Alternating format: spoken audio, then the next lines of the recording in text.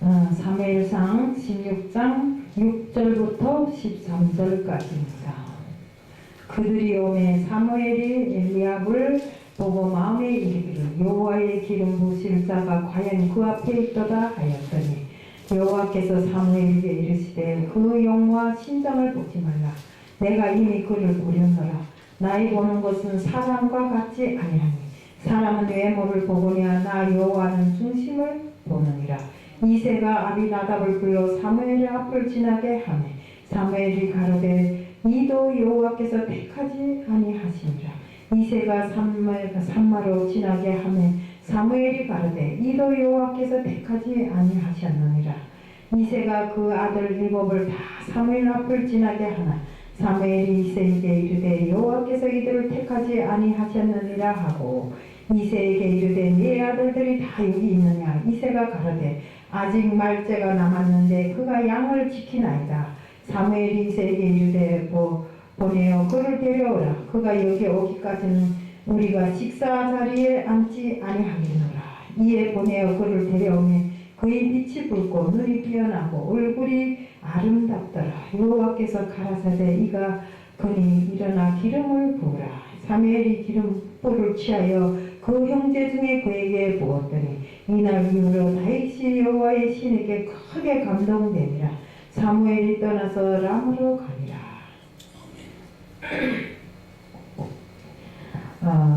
저는 오늘 하나님이 사람에게서 무엇을 보는가 하는 제목 갖고 나왔습니다.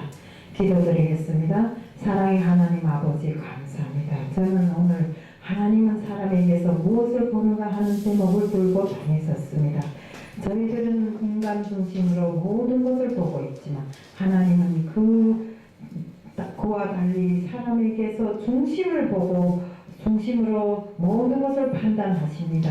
저희들도 정말 준 하나님께서 정말 우리에게 바라시고 원하시는 대로 인간이 정말 생김과 잘남을 보고 모든 것을 판단하는 것이 아니라 오로지 그의 중심, 마음을 보고 판단할 수 있는 저희들이 될 수 있게끔 하게 해주시고 진실로 하나님께서 들어쓰시는 사람은 어떤 사람인가 하는 것을 알게 하여 주옵소서. 오늘 이 시간도 모든 것 주님께 맡겨오며 예수 그리스도를 받들어 감사하며 기도드리옵나이다.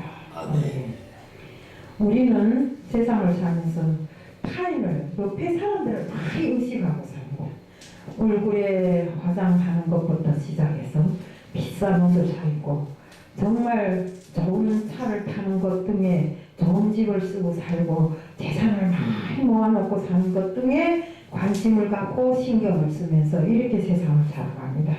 또 우리 세상은 이렇습니다. 사람을 판단함에 있어서 그 사람이 부하게 잘 살면 좋은 집에서 살고 좋은 차를 쓰고 살고 옷도 반드름하게 잘 입고 다니고 얼굴도 반드름하게 잘 닦고 다니고 머리도 정말 잘 다스리고 다니는 사람은 정말로 그 평가함에 있어서 아주 긍정적으로 평가하지만 그렇지 않고 열악한 환경에서 정말 부한 사람보다 못하게 사는 사람을 놓고는 아주 부정적으로 평가하고 삽니다.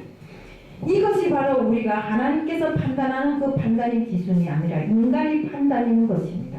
하나님께서는 인간에게서 그 중심을 보지만 우리는 그것이 아니라 외모로 모든 것을 판단하는 것입니다.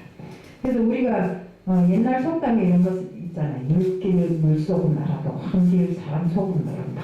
이렇게 말하는 게 있더라고요.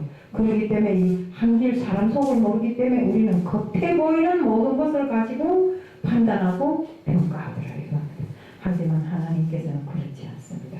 우리 여기에 그 왕을 선정함에 있어서 이새의 아들들을 그 정말 왕으로 선정하기 위해서 이새의 집에 사무엘이 갔을 때 정말로 이렇게 그들이 하나하나를 놓고 봤을 때 영모도 순수하고 다 생기고 모든 것이 다 신장도 크고 이래서 모든 것이 외부로부터 볼 때는 갖췄다고 생각했는데 하나님께서는 그것이 아닌 것입니다.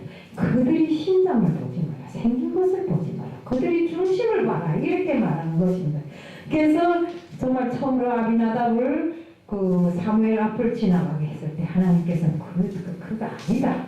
나는 이미 그걸 버렸다. 그렇게 이야기합니다. 그 다음에 또 두 번째로 산마를 지나가게 합니다. 그런데 그도 역시 아니라고 하십니다. 그렇게 해서 정말 이세의 아들 7을 다 받지만 하나님께서는 다 아니라고 하시는 것입니다. 그래서 사무엘이 분명히 이 이세의 아들 중에 하나라고 했는데 7을 다 봐도 정말 자기 생각에는 이들 중에 정말 왕으로 뽑을 만한 사람들이 있으리라고 생각했는데 아닌 것입니다. 그래서 너희 중에 아직도 아들이 더 있느냐 하니까 이세가 말째가 들에 나가서 양을 지키고 있다고 이렇게 말합니다. 그래서 그를 데리고 오라고 합니다. 그래서 데리고 와서 보니까 그는 별로 신장도 크지 않고 우리 성경에는 그 빛이 붉은 빛이었고 눈은 삐어나고 얼굴이 아름답더라 했지만 제가 보건 데는 어떤 사람들은 그러더라고요.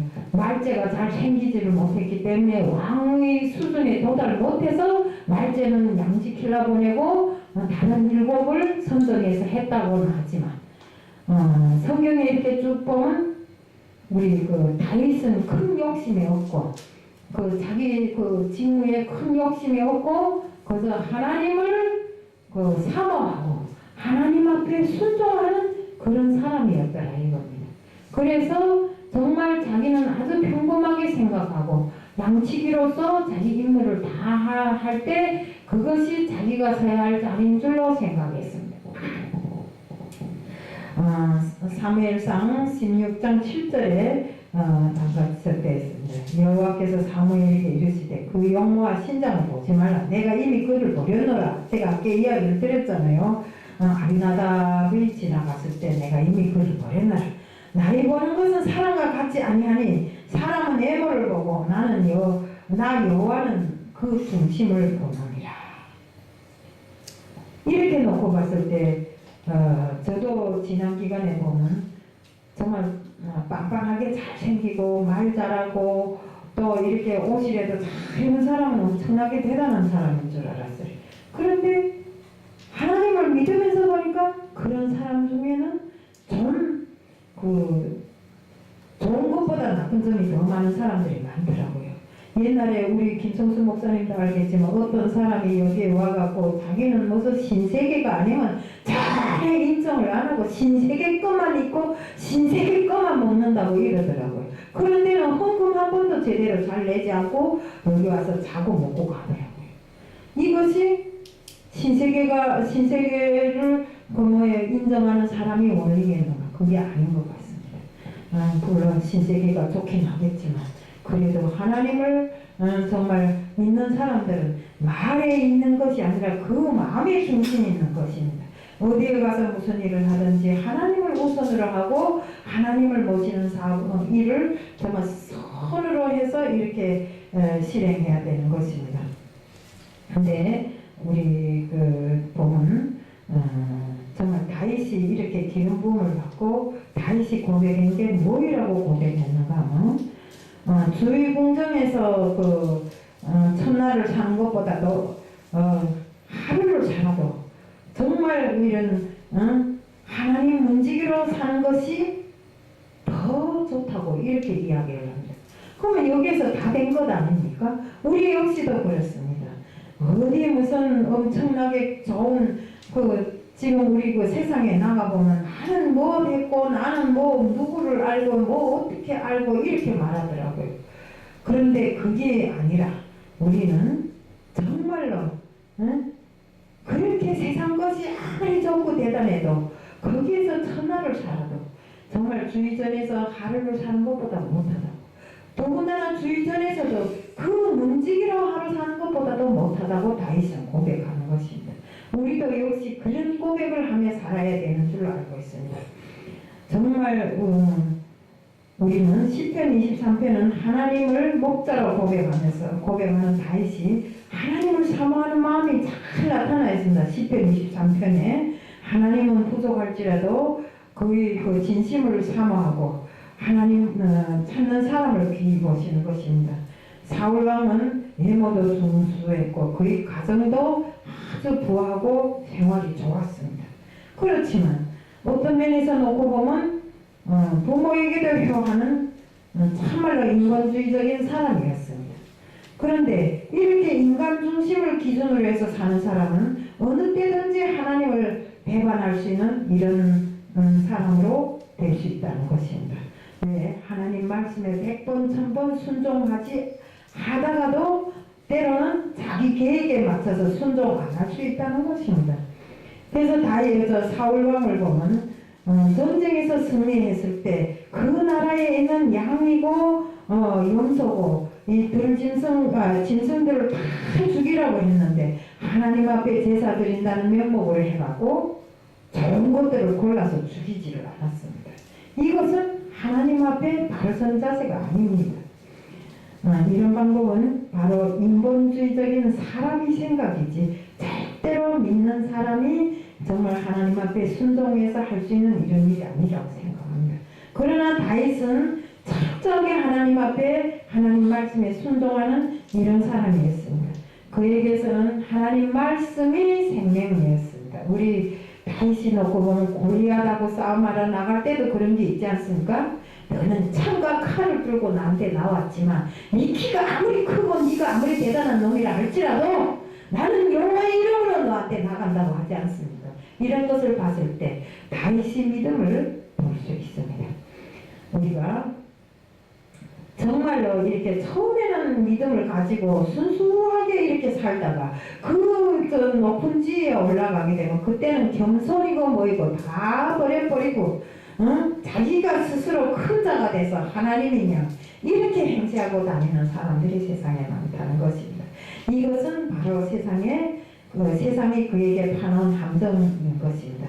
처음에는 작은 자로 겸손한 모습으로 살지만 그 지위가 높아갈수록 자기가 하나님이 되어서 이렇게 산다는 것은 절대로 있을 수 없는 일이고 성경 말씀에도 부합되는 일입니다. 우리가 이렇게 교만해지기 시작하면 결국에는 마귀 자식으로 되는 것입니다. 그렇기 때문에 우리는 마귀 자식으로 살지 말고 열심히 기도해야 합니다. 기도하지 않으면 우리 몸에서 그 마귀가 뿌려놓은 독이 빠져나갈 수도 없고 우리에게 그 마귀가 한 발 한 발 더 많이 침투하게 되는 것입니다. 우리 정말 예수님께서 그 귀신 들린 자에게서 귀신을 쫓아냈을 때 몇 마리였습니까? 바로 2000마리입니다. 2000마리 돼지가 군대 귀신이 붙어갖고 2000마리 돼지가 벼랑으로 내려가 바다에 빠져 죽잖아요. 그것처럼 정말 귀신 한 마리가 붙는 것이 아니라 마귀종으로 되면 수많은 귀신들이 별 귀신들이 잡귀신들이 다 와 붙는다 이겁니다. 그렇기 때문에 우리는 기도를 쉬지 말고 해야 됩니다. 그렇기 때문에 하나님께서 우리에게 보시는 것이 바로 기도이고 하나님과의 독대를 할 수 있는 일도 기도인 것입니다. 정말 사울이 다윗을 죽이려고 이렇게 쫓아다녔지만 다윗은 몇 번이나 사울을 죽일 수 있는 기회가 생겨서도 죽이지를 않았습니다. 왜 그랬을까요? 하나님이 기름 부은 자를 함부로 죽일 수 없다는 이런 마음에서 사울을 죽이지 않았습니다. 정말 다윗은 자기 왕위가 위태로울 이런 환경에 처했지만 거기에서 하나님의 말씀 또 뒤에 하나님의 기름 부음을 받은 주의 종이었다는 것을 위주로 해갖고 사울을 죽이지 않고 정말 이렇게 살려두는 것입니다. 우리도 그렇습니다. 내 앞에 비록 적이 나타났다 할지라도 정말 하나님께서 사랑하시는 자라면 우리가 서로 용서할 줄 알고 서로 보듬을 줄 알고 사랑으로 아울러 살 줄 아는 우리들이 되어야 되는 것입니다. 하나님께서 우리들에게 바라는 것이 바로 이런 것인 것입니다. 무엇을 보시겠어요? 우리에게 바로 하나님의 사랑으로 모든 것을 돕고 아우르며 또 용서하고 또 이해하고 이렇게 해서 서로가 합해서 선을 이룰 수 있는 우리들이 다 되어야 되는 것입니다. 바로 하나님이 우리에게 바라는 것이 이것이고 우리가 또 하나님 앞에 해야 할 일이 이런 것이라는 것을 다시 한번 재차 말씀드리면서 오늘 말씀을 마칩니다.